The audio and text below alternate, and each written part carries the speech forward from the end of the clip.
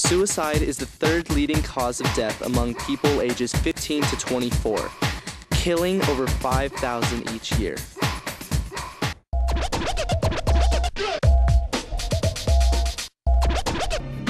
How can you help a friend who is depressed?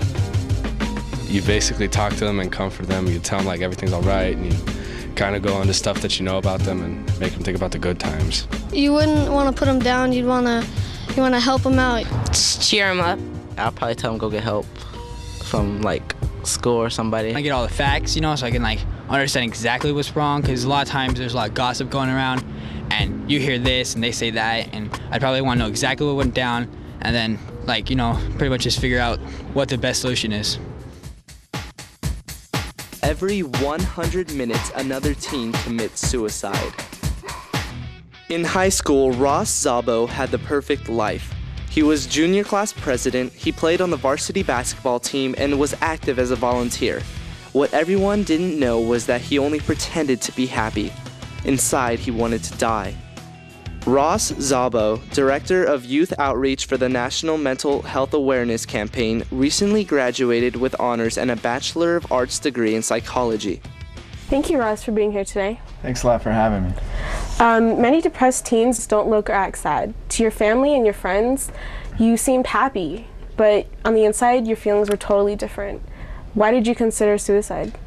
Well, you don't consider suicide right at the beginning. A lot of times the buildup of having thoughts of loneliness and having thoughts of emptiness lead to thoughts of suicide. So for me, in around summer before my senior year, I started feeling different. I started feeling like I had these emotions that no one else had, and that led to me feeling lonely. So in the beginning of my senior year of high school, I was already feeling lonely. I felt like there was no one to talk to, no one would understand me.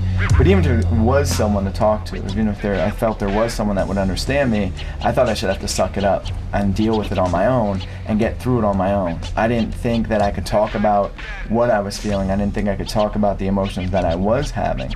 So I always thought one day I'd wake up and that loneliness would go away. One day I'd wake up and I wouldn't feel lonely anymore. If I just dealt with it on my own, if I just got through it on my own, it would be okay. Well, the loneliness didn't go away.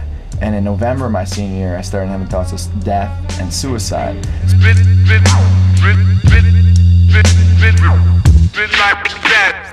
Many people think everyday stress is depression. What is depression and how do you recognize it? Well, it is important to know, that's a good point, that there is a difference between sadness and depression. The biggest difference is a lot of times sadness is something that has an identifiable cause. So a lot of times young people go through hard times for the first time in their lives. Some may experience divorce, some may experience death, some may experience rejection, whether it's a breakup, whether it's friends stop talking to them, whether it's bad grade in school. Some young people may experience other types of rejection or may see a pet die, anything like that. They can sit down to themselves and they can say, okay, why am I upset? I'm upset because this happened. Now, some of those events are so traumatic that they do need to seek help. Your parents get divorced, that's a big change. Someone you close to you dies, that's a big change. That's something that you really do need to talk about no matter what. You shouldn't be afraid to talk about that. But depression is something totally different. When you have depression, you don't always know what's wrong. You may feel like everything's wrong. Everything's against you, your whole world's bad. Now, if your whole world is bad, if your whole world is negative, you're going to have a lot of anger inside of you. You're going to have anger at yourself, you're going to have anger at other people. One of the biggest signs of depression is having a lot of rage. And people don't always view that as a sign of depression. They think, well, how could these people be so angry if they're so sad? And other signs of depression are large outbursts of crying for no reason.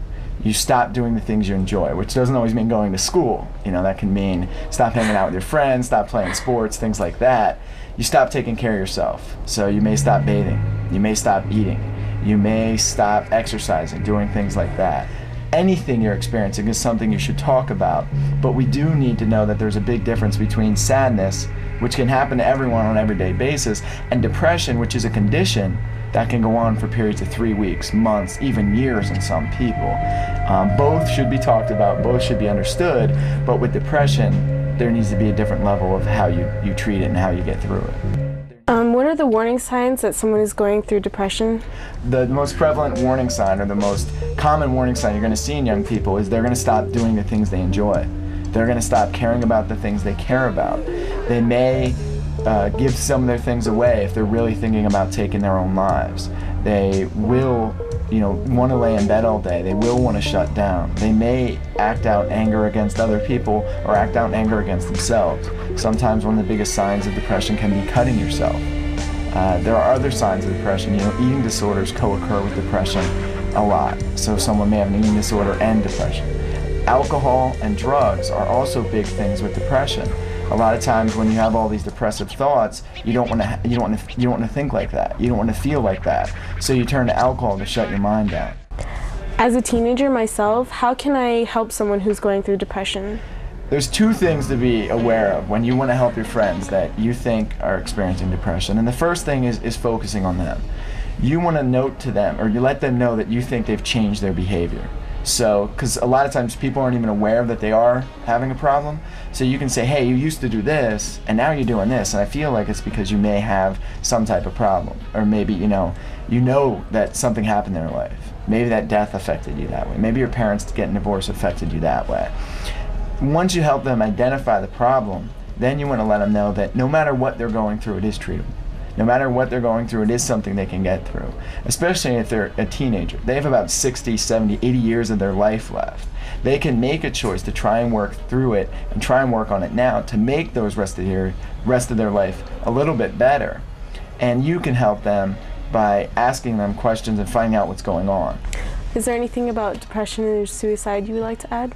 Well, I think the biggest thing that I try to promote is there is a way to get through it. So it's important to know that no matter what you're going through, you need to find what works best for you. You need to find what type of treatment or whatever you can do and what works best for you. And that can be different in every single person. So I try to leave young people with a positive message all the time that, I know there may be bad days. I know there may be days that you don't think are going to end or you don't think you can get through.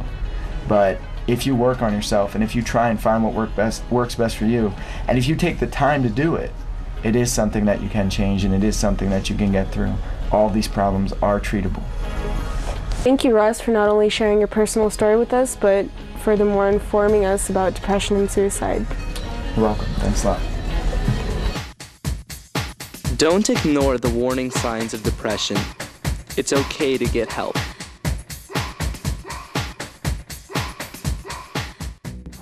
Thank you for joining us. We hope this show gave you something to think about. Please know there's always someone you can talk to. See you next time on Teens in Action. Adios.